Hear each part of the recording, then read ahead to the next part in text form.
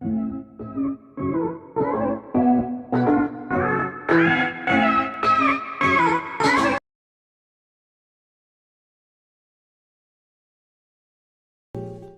we are going to see 3 basic first aid skills everyone should know, including you, and how to perform them properly. Before we continue, make sure you click on the subscription button and on the notification bell to know when we release a new video. The first skill we are going to talk about is the cardiopulmonary resuscitation, abbreviated as CPR. CPR is a life-saving technique that will help in many emergency situations, such as a heart attack or a near-drowning situation. The American Heart Association recommends that everyone, untrained bystanders and medical personnel, begin CPR with chest compressions. Remember, the difference between you doing something and doing nothing in an emergency situation could be someone's life. CPR helps to keep oxygenated blood flowing to the brain and other vital organs until more definite medical treatment can restore a normal heart rhythm. When the heart stops, the lack of oxygenated blood can cause brain damage in only a few minutes. A person may die within 8 to 10 minutes. Before you start CPR, make sure the environment is safe for the person. Check if the person is conscious or unconscious. To do this, tap or shake his or her shoulder and ask loudly,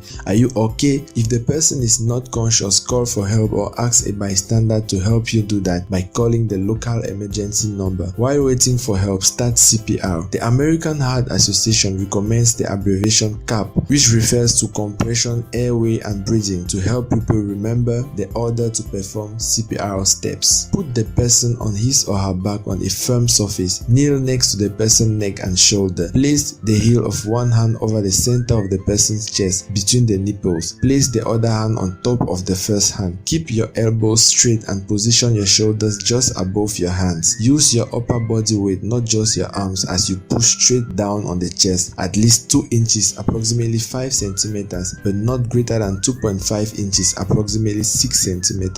Push hard at a rate of 15 times in about 10 seconds. That is about 100 to 120 compressions per minute. If you haven't been trained for CPR, continue with compressions until there are signs of movement or until emergency medical personnel takes over. If you have been trained in CPR, continue with airway opening as follows. After 30 chest compressions, open the person's airway by using the head tilt chin lift maneuver. Put your palm on the person's forehead and gently tilt the head back. Then with the other hand, gently lift forward to open the airway. Rescue breathing can be mouth-to-mouth breathing or nose-to-nose breathing if the mouth is seriously injured or cannot be opened. Pinch the nostrils shut for mouth-to-mouth breathing and cover the person's mouth with yours, making a seal. Give 2 rescue breaths every 15 chest compressions. Watch to see if the chest is rising after the first rescue breath. If it is not, repeat the head tilt chin lift maneuver. Check for signs of circulation such as the pulse, the state of consciousness, and the color of the skin every few minutes. If there are signs of circulation and no breathing, give rescue breaths. If there are signs of circulation and breathing, place the victim in the recovery position if you do not suspect a head, neck, or back injury. The second skill you need to know is how to stop an external bleeding. External bleedings are usually easily controlled by applying direct pressure on the wound using a sterile dressing or a clean cloth. Pressure placed on a wound restricts the blood flow through the wound and allows normal clotting to occur. Elevate the injured limb above the heart. This helps to slow blood flow and encourage clotting.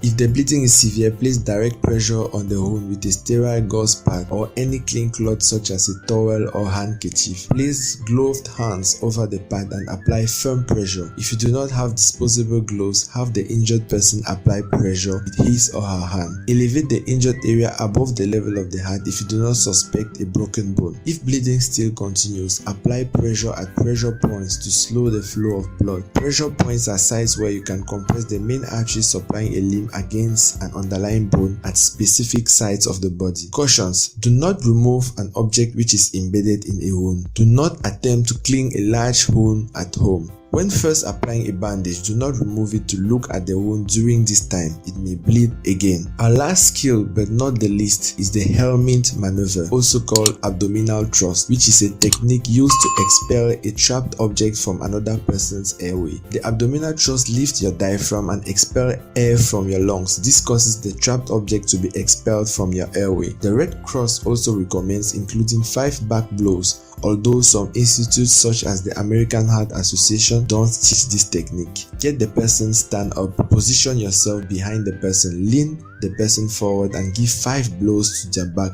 with the heel of your hand.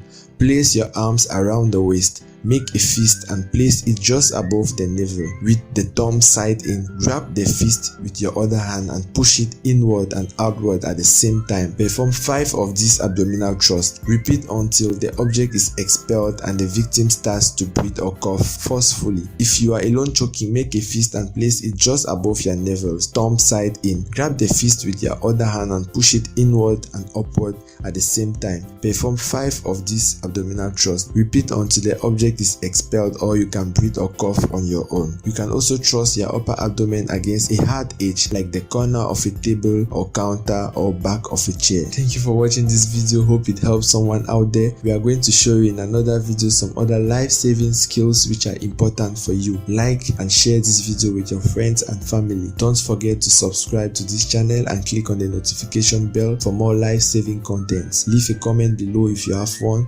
We will be glad to help. Stay safe and never forget this. If not you, who?